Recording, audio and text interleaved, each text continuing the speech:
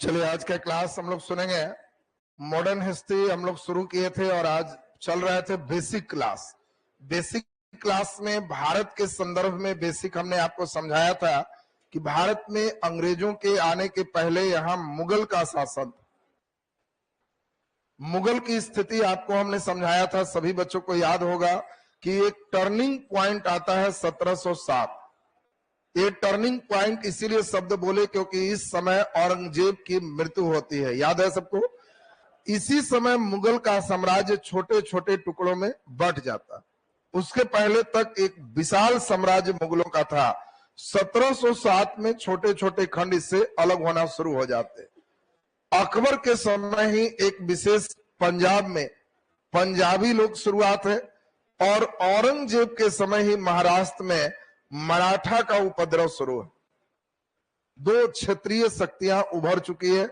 उसी क्रम में हम लोग देखें कि धीरे धीरे यहाँ पे 1757 में अंग्रेजों ने प्लासी का लड़ाई लड़ा और पूरे बंगाल में मनपसंद नवाब उन्होंने बना दिया। लगने लगा कि यहीं से भारत में नए युग की शुरुआत हो गई। लेकिन इस समय भी हमने बताया था कि सबसे बड़ी शक्ति के रूप में कौन है? मराठा। मराठा का क्षेत्र सबसे बड़ा। लोग 1757 में यही जान रहे थे कि भारत पर किसका शासन होगा? मराठा का शासन होगा। लेकिन हम लोग इसी समय पढ़े 1761 पानीपत का तृतीय युद्ध, और उसमें मराठा की शक्ति की काफी क्षति हो गई।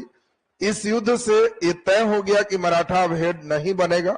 उसी के 3 साल बाद 1764 से प्लासी के युद्ध के बाद जो क्वेश्चन उठ रहे थे, ये क्या अंग्रेज हेड बनेंगे? बक्सर के युद्ध ने उस पर मुहर लगा दी कि हाँ यही बनेगा। और यही मॉडर्न की शुरुआत हम लोग पिछले क्लास में सुन चुके थे। आज के संदर्भ में हम लोगों को इसी बेसिक क्लास में वर्ल्ड का कंसेप्ट लेके चलना है। विश्व से भारत को जोड़ना है। विश्व और भारत, सभी लोग खूब बढ़िया से हमारे साथ सुनोगे। अब आज का वही बेसिक सिस्टम ही चल रहा है, केवल वर्ल्ड के साथ कंसेप्ट हम लोग इसमें ऐड करेंगे। देखिए, इसमें जो आपका अभी ऐड होगा उस बात को गंभीरता और गहराई से खूब समझना और सुनना है। जहां आप ध्यान दे दोगे हमारे साथ बढ़िया से, तो मॉडर्न एकदम बढ़िया होते चला जाएगा।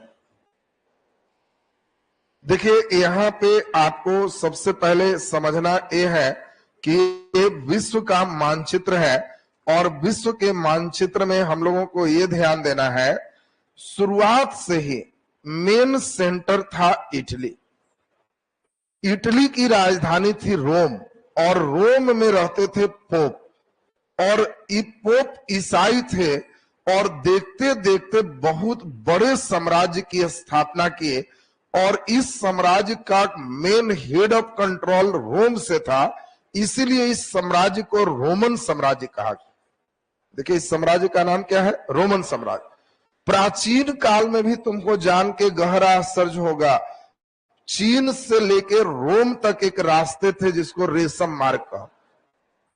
पूरे यूरोप में कहीं कोई सामान जाए उसके लिए मेन सेंटर हमारा रोम था। यहां आ गया तो सब जगह जाए। तो इसीलिए रोम शुरुआत से ही बहुत बड़े क्षेत्र के रूप में डेवलप रहा है। इस समय भी हम लोग देखें कि रोमन साम्राज्य सबसे ज्यादा विस्तृत है। धीरे धीरे ये रोमन साम्राज्य 2 भागों में ब्रेक हो गया। एक का नाम पड़ा पूर्वी रोमन साम्राज्य और एक का नाम पड़ा पश्चिमी रोमन साम्राज्य। देखिए, रोमन साम्राज्य भी 2 है, एक पूर्वी रोमन और एक पश्चिमी रोमन। ये जो पूर्वी रोमन साम्राज्य थे, इसका हेड सेंटर था कुस्तुनतुनिया।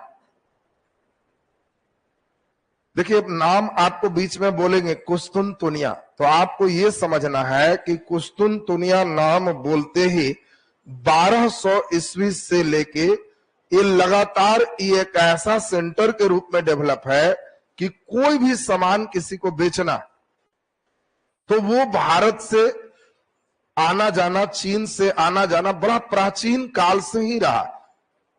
ये कतई नहीं समझना कि यहाँ के लोग यहाँ नहीं आते थे, खूब आते थे। लेकिन आने का मार्ग क्या था? स्थलीय मार्ग से ही मेन आते थे। लेकिन इस समय अगर हम बात करें तो यहाँ का कोई भी आदमी यहाँ नहीं गया था। जानते भी नहीं थे कि इधर कोई रहता है, ना कोई बिजनेस चल रहा। कारण इतना ही बड़ा बोर्ड में हमने धरती खत्म कर दिया है। तो सोच लो इतना बड़ा में कितना बड़ा धरती हो, और इतनी लंबी दूरी तक कोई जा नहीं पाए थे उस जमाने में। तो इन लोगों को इनके बारे में कुछ नहीं मालूम, लेकिन इन लोगों को इनके बारे में मालूम है, इनके बारे में मालूम है। भारत शुरुआत से ही सबसे मेन सेंटर इसका रहा मसाला।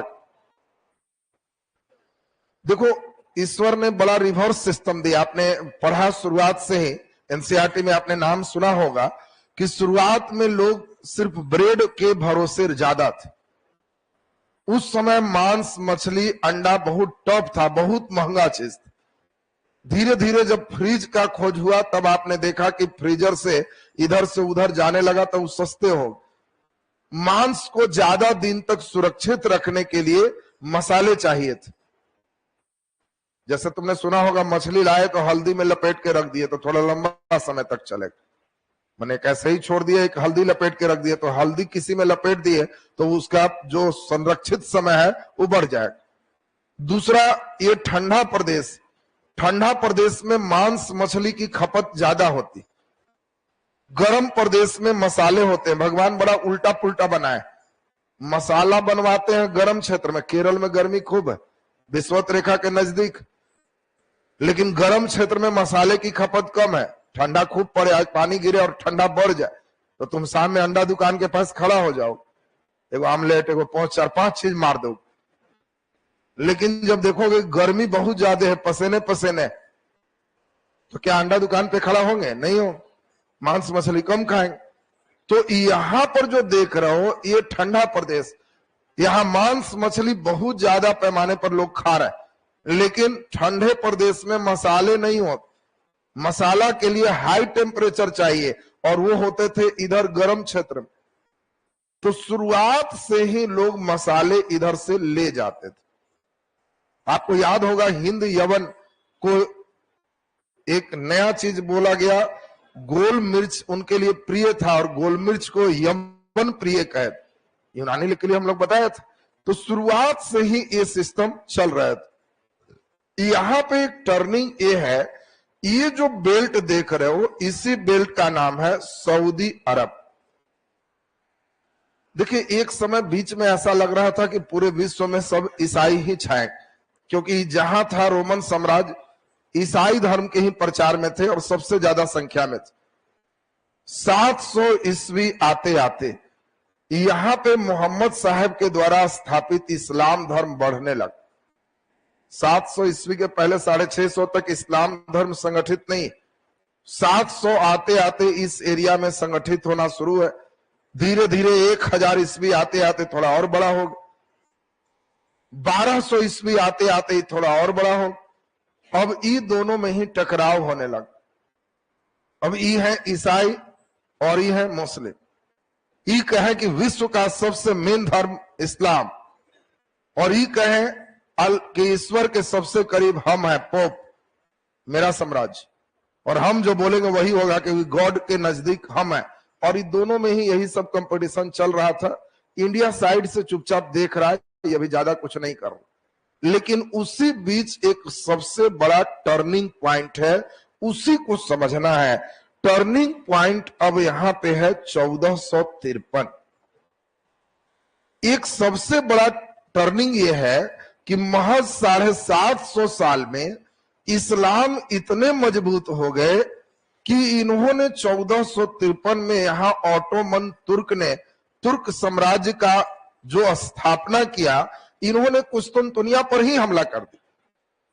अब कुस्तुनतुनिया का हमला का मतलब समझो कि 1453 में जो लड़ाई है वो मुस्लिम वर्सेस ईसाई, और इस लड़ाई में 1453 में कुस्तुनतुनिया का पतन हो गया।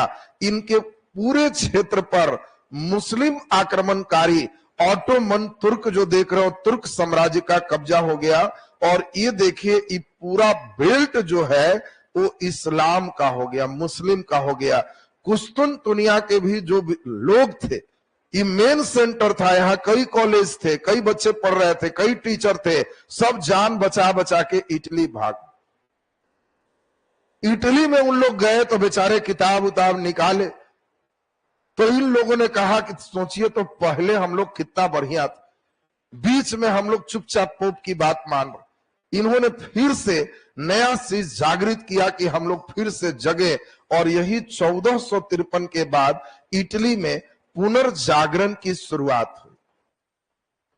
देखो, पुनर्जागरण अगर हम यूरोप के संदर्भ में कहेंगे तो आपको समझना है कि यह पुनर्जागरण 1453 के बाद मतलब 15वीं शताब्दी में। वही भारत में पुनर्जागरण की हम बात करेंगे, भारत अभी सोया हुआ है, और भारत में पुनर्जागरण की बात करेंगे तो तुम जानते हो राजा राम मोहन राय सती प्रथा को अंत कराए किस समय। अब 1800 कुछ बोल रहे हो तो कैमी शताब्दी, 19वीं शताब्दी है। दोनों में देखो फर्क कितना।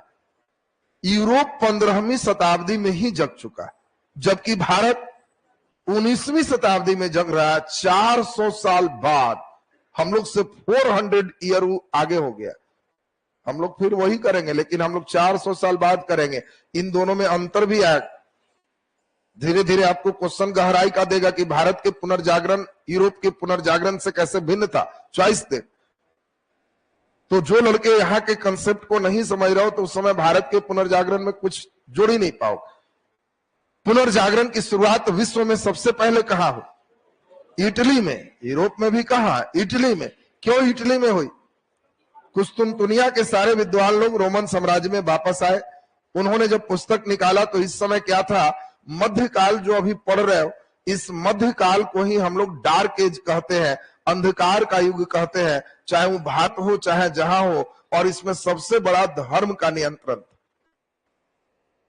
मध्यकाल में हर चीज के सबसे ऊपर धर्म थे।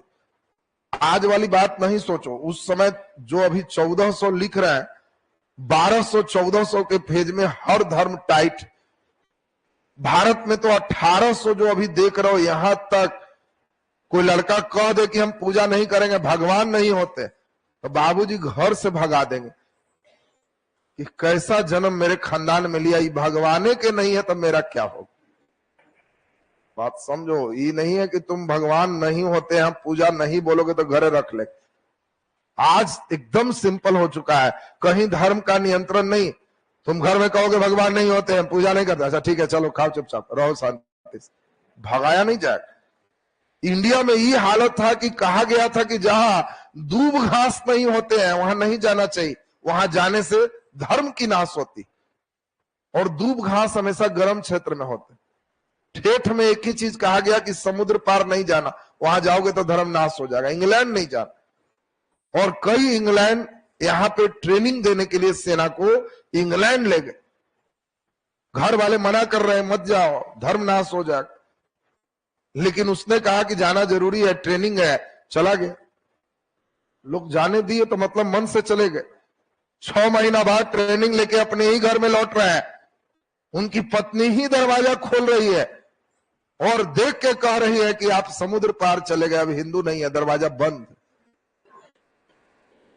पहले धर्म है तब संबंध है, इतना टाइट है। राजा राम मोहन राय बचपन में कहे भगवान नहीं होते मूर्तियों में, बाबूजी घर से भगा दिए कि ऐसा नालायक बेटा जन्म ले लिया खानदान में, हमको भी नरक ले जाएगा साथ। सोच लीजिए इस समय धर्म क्या है समझो। मुस्लिम धर्म भी सेम कंडीशन है इस समय। मजाल नहीं, अभी तो मुस्लिम लड़के भी है बिना फेस टोपी के पढ़ ले। उस समय एकदम फेस टोपी, कुर्ता पजामा, फुल पैंट शर्ट पहनेगा, कुर्ता पजामा, दाढ़ी बड़ी रहनी चाहिए, मूछें लटकनी नहीं चाहिए। मूछ तुम्हारा साइड खत्म होना चाहिए, बाकी दाढ़ी लटके ठीक है, फेस टोपी हमेशा, और कुर्ता पजामा में ही रहना है। 5 वक्त का नमाज। कोई कह दिया कि हमको छुट्टी नहीं मिल रहा है, घर से भगा दिया जाएगा। दाढ़ी नहीं होगा तो बेचारा को नहीं है तो थोड़े बढ़ा लेना जबरदस्ती, नहीं दाढ़ी है तो जबरदस्ती नहीं लगा के चलना है। तो अब ध्यान दीजिए, तो अब इस कंडीशन पे अब आप ये समझ रहे हो कि इस समय कितने धर्म का नियंत्रण है, इसको समझो। पढ़ाई लिखाई इतने बेजोर थे कि तुम कल्पना नहीं कर सकते हो। ऐसे थोड़े पढ़ाई था इस समय, जो भी पढ़ना था गुरुकुल टीचर के पास रह के पढ़ी। और वो भी पढ़ाई धार्मिक पढ़ाई थी। धार्मिक माने हिंदू है तो पूरा माथा छिलवाओ, बड़ा सा चौला टीक रखो, एकदम लगे कि एल्टीना धरेगा इसका, और रामायण और महाभारत एकदम याद करो, बाकी कुछ नहीं। मुस्लिम है तो एकदम सीधे हाफिज होना है, कुरान की एक एक आयतें रट जानी, बस हाफिज हो गए, पढ़ाई हो गई। अंग्रेज आया तो बेचारा पूछ के दंग था, विच सब्जेक्ट, कौन सब्जेक्ट का किताब? भारतीय कहा विषय, ये सब क्या है? अरे साइंस है, मैथ है, सोशल साइंस है, कौन विषय? कहा सब है इसमें टोटल। ये रामायण साधारण किताब समझो ही नहीं, इसमें सब विषय। अंग्रेज को बड़ा आश्चर्य हुआ, भारतीयों से क्वेश्चन पूछा कि देखा साइंस चेक करते हैं, कहा कि बोलो यहां वर्षा हो रही है 10 किलोमीटर के बाद नहीं हो रही है, कारण क्या है? सोचा बादल वगैरह का कंसेप्ट है कि नहीं। भारतीय कस के मुस्कुराया, कितना हल्का क्वेश्चन पूछता है, ये तुमको नहीं पता है तो नहीं क्या हुआ? तो कहा प्रभु की माया कहीं धूप कहीं छाया है। आंसर बात समझो, बेजोड़ बेजोड़ आंसर। अब अंग्रेज बेचारा भारी परेशान, इतना बेजोड़ बेजोड़ इसका आंसर चल रहा है माया में, इन लोग को कैसे क्या किया? बहुत मुश्किल से देखोगे फिर टर्निंग हो। और अभी जिस बातों पे आपको हंसी आ रही, यही था अंधकार से आधुनिक का काल, इसीलिए इसको लिखा गया है मॉडर्न हिस्ट्री। इस आधुनिक फेज में जो आप आए हैं, जो अपने ही परंपरा पे, अपने ही सिस्टम पे, आपको लगता है कि जाइए ऐसे थे हम, तो ये बदलाव को ही मॉडर्न इंडिया का। अब तो मॉडर्न क्या है तो बात बिल्कुल क्लियर है। क्या ये मॉडर्न की आधुनिकता की शुरुआत भारत और यूरोप में साथ साथ हुआ है? नहीं, देखो सब समझना है, गहराई का क्वेश्चन है, देखा कौन सही और कहेगा यूरोप के साथ भारत में भी आधुनिकता की शुरुआत हुई, तो बिल्कुल गलत है। वहां 400 साल पहले। इन दोनों में अंतर क्या है? इन दोनों में अंतर क्या है? तो यहाँ जो पुनर्जागरण का फेज है, यहाँ सभी लोग न केवल अपनी सभ्यताओं संस्कृतियों को ठीक किए, बल्कि यहाँ खोज करना भी शामिल किया। इन लोगों ने पुनर्जागरण के फेज में एक नई अवधारणा रखी कि हम लोग का जन्म सिर्फ एक काम के लिए हुआ है, वो काम क्या है? जीवन में कुछ खोज के मर जाओ। 100 साल की जिंदगी से अच्छा है 10 साल में कुछ खोजो मर जाओ। लोग याद रखेंगे, न्यूटन किसी के गोतिया में लगते हैं, कोई परिवार है नहीं, लेकिन न्यूटन का नाम सब जान रहा है, आगे भी जाने क्यों? उसने कुछ खोजा। तुम जिस संपत्ति का वारिस हो, जिनकी संपत्ति तुम्हारे पास, उसी के 5वां पीढ़ी कौन थे तुम नहीं जानते। पिताजी जान रहे हैं, उनके पिताजी जान रहे हैं, उनके पिताजी के पहले गायब होना शुरू है, और वैसे 2 पीढ़ी और जाएगा तो गायब हो गए, क्योंकि उन्होंने खा के अपने जीवन को सफलतापूर्वक केवल पार लगाया। ये कह रहा पुनर्जागरण का फेज की नहीं, वो जिंदगी से कुछ दिक्कत, उससे कुछ नहीं होना, उससे बढ़िया कम दिन जियो, कुछ खोजो। और इसीलिए इसकी पुनर्जागरण में खोज शामिल है। लेकिन भारतीय पुनर्जागरण जब पढ़ोगे तो इसमें कोई खोज शामिल नहीं। राजा राम मोहन राय कभी नहीं कहे कि जाके गली में बैठो खोजो, कुछ खोज दोगे तो जिंदगी संवर जाए। कोई यार समाज, जो भी समाज तुम पढ़ोगे, सब एक ही काम कहेंगे, ये धर्म ऐसे है, ऐसे पूजा करो, ऐसे पाठ करो, ऐसे सिस्टम करो, कुरीतियों पर खास करके चलेंगे, समाज पे और धर्म पे। इन लोगों ने जैसा खोज किया यूरोप में, वैसा खोज भारत में देखने को नहीं मिलता। इसीलिए भारत के पुनर्जागरण में नए आविष्कार नहीं, लेकिन यूरोप के पुनर्जागरण में नए आविष्कार। और कहानी का टर्निंग समझोगे, यहां से मॉडर्न धीरे धीरे शुरू हो रहा है। जब कुस्तुनतुनिया पर मुस्लिम आक्रमणकारी कब्जा की, तो मुस्लिम और ईसाई के बीच एकदम कट्टर दोनों के भैंसे की लड़ाई यहां शुरू। ये कह रहा है हम श्रेष्ठ है, ये कह रहा है हम श्रेष्ठ। तो मुस्लिम लोगों ने साफ कहा कि खबरदार, एक भी ईसाई इस रास्ते से इधर नहीं जाएगा। अगर आना है तो ईसाई मुस्लिम बन जाओ और यार हो, कोई बात नहीं, लेकिन ईसाई रहते हुए रास्ते अपनाओगे तो हम मार देंगे। और भारत के साथ जो इनका व्यापार का संबंध था, कुस्तुनतुनिया के पतन के बाद वो संबंध खत्म हो चुका है, स्थलीय मार्ग खत्म है। इसीलिए तुम जो पढ़ते हो कि भारत का खोज वास्को डी गामा किया, तो क्या भारत भूला गया? तो खोज कैसे? रास्ता बंद है। बात समझना, ये कि लड़का भारत का खोज किया, खोज तब होता है जो कोई भूला गया। ये भुलाया है क्या? नहीं, ये स्थल मार्ग बंद है। यहाँ पे अधिकार किसका है? मुस्लिम का। और ये कंट्री ईसाई देश है। इन लोग अब कह रहे हैं कि भारत पहुंचने के नया रास्ता खोजो, भारत किसी दूसरे रास्ते से पहुंचा जाए। इसमें समुद्र किनारे जो देश है, पुर्तगाल, स्पेन, इस सबकी मेन भूमिका। कारण स्वाभाविक है, जो देश समुद्र के किनारे होगा, वहां के नागरिकों को समुद्र में चलने निश्चित रूप से जहाज से डूबना कूदना खूब आए। जिस तरीके का गांव नदी किनारे है, पक्का है उसको तैरने लगभग आए। अब नया डिसिप्लिन सिस्टम में पढ़ेगा, घर में पलाएगा तभी नहीं आए, नहीं तो कब घर भाग जाएगा, चारों साथी मार के तैरना सीख ही लेगा। तो नदी किनारे तो तैरना, जिसका गांव के किनारे नदी नहीं, तो बेचारा नहीं सीख पाया। पैसा देके स्विमिंग पूल में थोड़ा सीखेगा।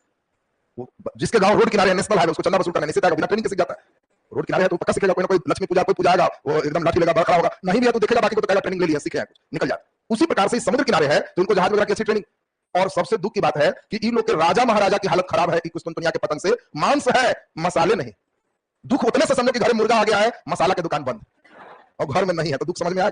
मुर्गा आ गया और कहेगा मसाला, तो घर नहीं है, दुकान मसाला बंद है, तो भाई दुख है। वो दुख इनको डेली झेलना पड़ रहा है। इसीलिए यहाँ के जो राजा थे, हेनरी द नेविगेटर, अनाउंस किए कि बहुत बड़ा इनाम देंगे, इंडिया का कोई रास्ता खोज। इसाबेल, इन्होंने भी कहा कि जो खोजेगा पूरा इनाम देंगे। तो इस सबके इनाम को सुन के कई व्यक्ति उत्साहित है कि चलो खोजते हैं। 1453 के बाद काफी समय बीत गया, 1486 की बात सुनते जाएगा बढ़िया से। पुर्तगाल का एक नाविक है, जो पुर्तगाल सबसे किनारे था, ये व्यक्ति जो है चल दिया इंडिया का रास्ता खोजने। यहां से आज तक कोई इंडिया इधर से नहीं पहुंचा था, ये हमारा इंडिया था। इस रास्ते से कोई नहीं आया था कि हम लोग देखें, रास्ता सब ये जानते थे। काफी लंबे समय तक, लगभग 2.5-3 महीना तक यात्रा की, और 1486 में यहां तक पहुंचा। इसको केप ऑफ गुड होप, आशा अंतरीप कहते। 3 महीना की यात्रा के बाद जब यहां आया, थक गया, देखा इंडिया नहीं है, थोड़ा जानता था कि ऐसे जाएंगे तो इंडिया मिलेगा। इतना दिन तक चल के यहां पहुंचा और फिर ऊपर चला गया, और ऊपर जाकर के सबसे कहा कि नीचे तो इंडिया नहीं है, कंफर्म है। 3-3 महीना हम चल के देख चुके। सब लोग समझ गए कि नीचे इंडिया नहीं है। इसी समय बहुत इंपॉर्टेंट स्पेन का एक व्यक्ति है कोलंबस, जब वो समझ गया कि इंडिया नीचे नहीं है, तो वो कहा कि तो इंडिया उधर होगा, हम उधर चेक कर लेते हैं। देखो इंडिया है यहां और चेक करने जा रहा है उधर। कोलंबस के बारे में 2 अच्छा प्रश्न है। कोलंबस का जन्म किस देश में हुआ? जल्दी बोलिए। तो इटली सही आंसर है, इसीलिए पूछता है।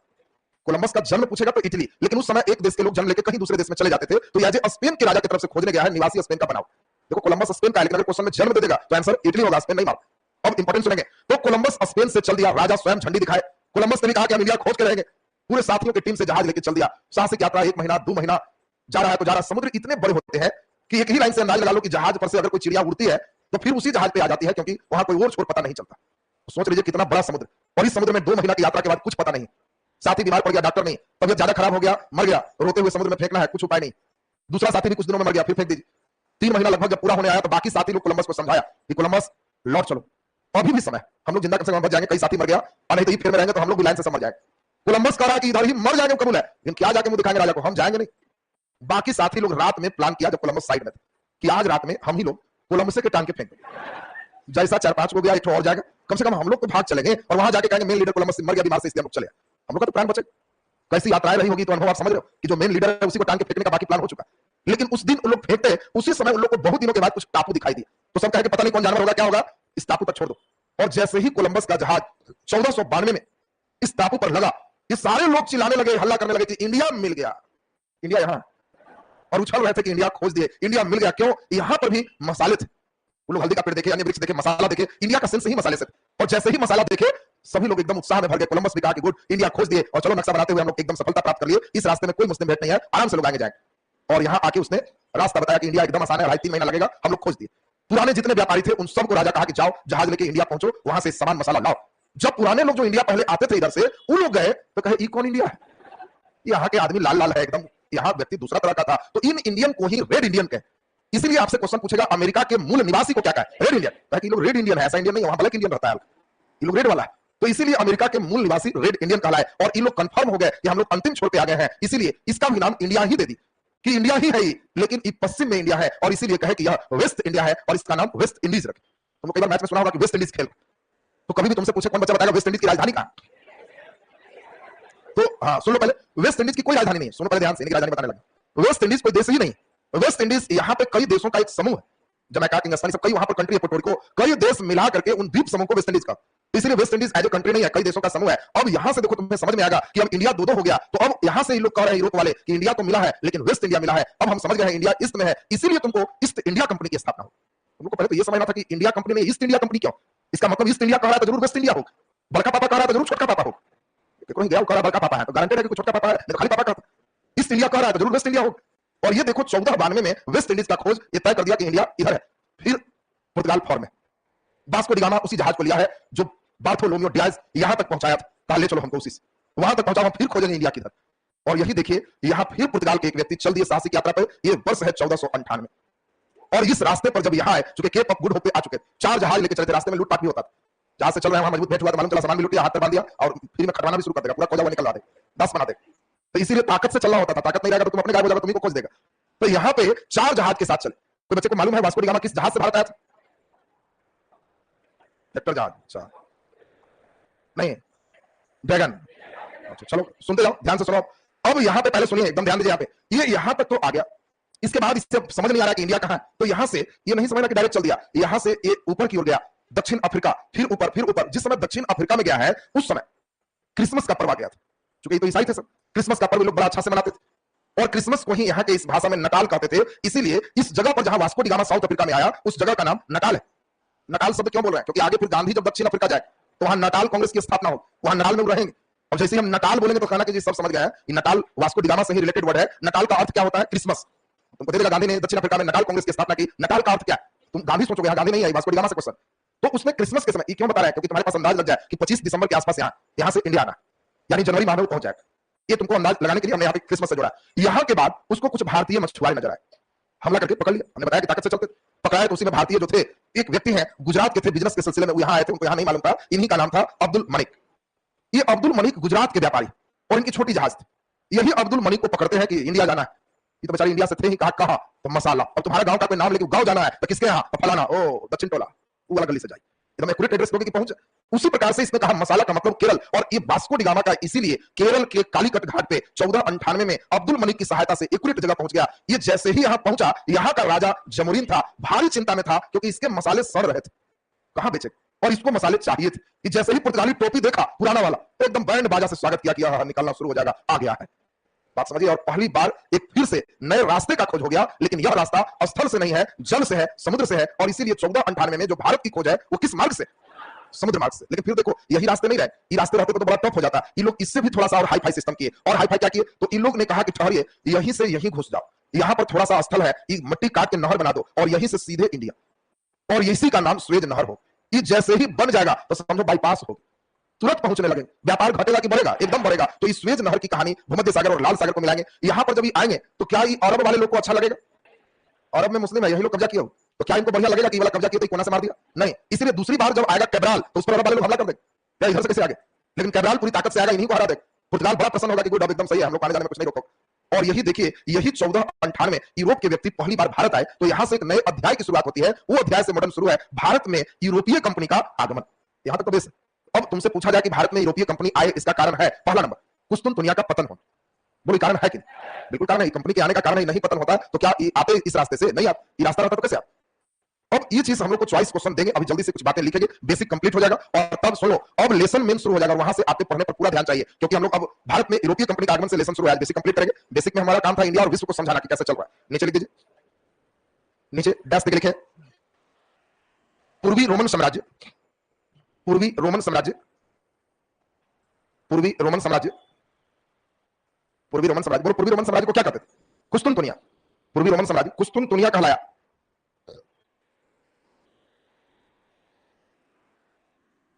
पूर्वी रोमन साम्राज्य कुस्तुनतुनिया कहलाया, कुस्तुनतुनिया कहलाया, जो यूरोप में शिक्षा का प्रधान केंद्र था, जो यूरोप में शिक्षा का प्रधान केंद्र था, यूरोप में शिक्षा का प्रधान केंद्र था। नीचे डबल स्टार लगा के लिख दीजिए 1453, ये डेट अंडरलाइन कर लेना, एक इंपॉर्टेंट डेट है। 1453 में कुस्तुनतुनिया का पतन हुआ, कुस्तुनतुनिया का पतन हुआ, कुस्तुनतुनिया का पतन हुआ। कुस्तुनतुनिया पर तुर्क मुस्लिम साम्राज्य का अधिकार हुआ, तुर्क मुस्लिम साम्राज्य का अधिकार हुआ, तुर्क मुस्लिम साम्राज्य का अधिकार हुआ। चलिए नीचे देखते हैं। कुस्तुनतुनिया के पतन से सबसे बड़ा प्रभाव क्या था? यूरोपीय देश का भारत आने के लिए स्थलीय मार्ग अवरुद्ध हो। क्यों रुक लगा? जो क्लियर है, क्योंकि यूरोपीय देश ईसाई कंट्री थे। नीचे देखते हैं। कुस्तुनतुनिया के पतन से, कुस्तुनतुनिया के पतन से, कुस्तुनतुनिया के पतन से यूरोपीय देश के भारत आगमन का, यूरोपीय देश के भारत आगमन का, यूरोपीय देश के भारत आगमन का स्थलीय मार्ग अवरुद्ध हो गया। भारत आगमन का स्थलीय मार्ग अवरुद्ध हो गया, भारत आगमन का स्थलीय मार्ग अवरुद्ध हो गया, स्थलीय मार्ग अवरुद्ध हो गया। नीचे डैश देखिए।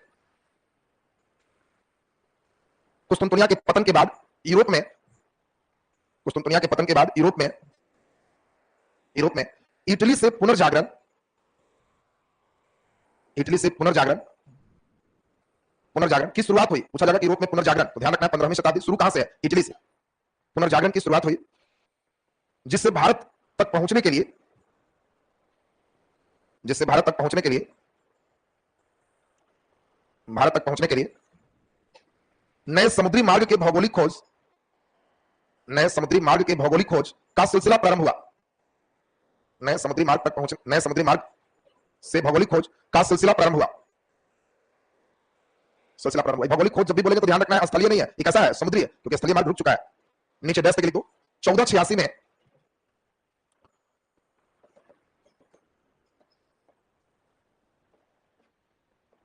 1486 में पुर्तगाल के बार्थोलोमियो डियाज ने, पुर्तगाल के बार्थोलोमियो डियाज ने अफ्रीका के दक्षिणतम बिंदु,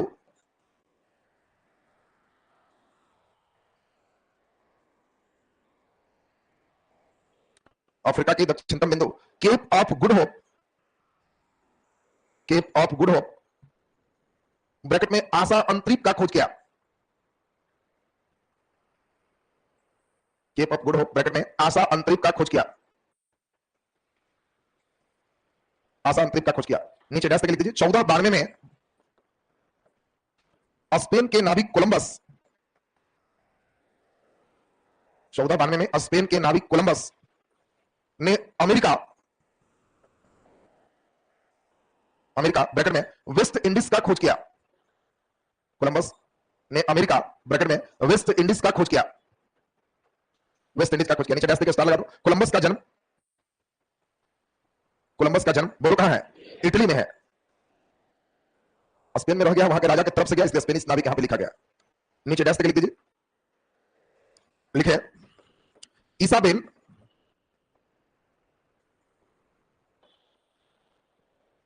इसाबेल और हेनरी द नेविगेटर ने, ये लोग राजा और रानी है, इसाबेल और हेनरी द नेविगेटर ने भौगोलिक खोज को बढ़ावा दिया।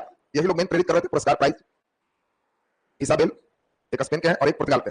इसाबेल और हेनरी द नेविगेटर ने भौगोलिक खोज को प्रोत्साहित किया, भौगोलिक खोज को प्रोत्साहित किया। चलिए नीचे डबल स्टार लगा लिख दीजिए। 1498 में पुर्तगाली नाविक वास्को डिगामा समुद्री मार्ग से भारत का खोज किया।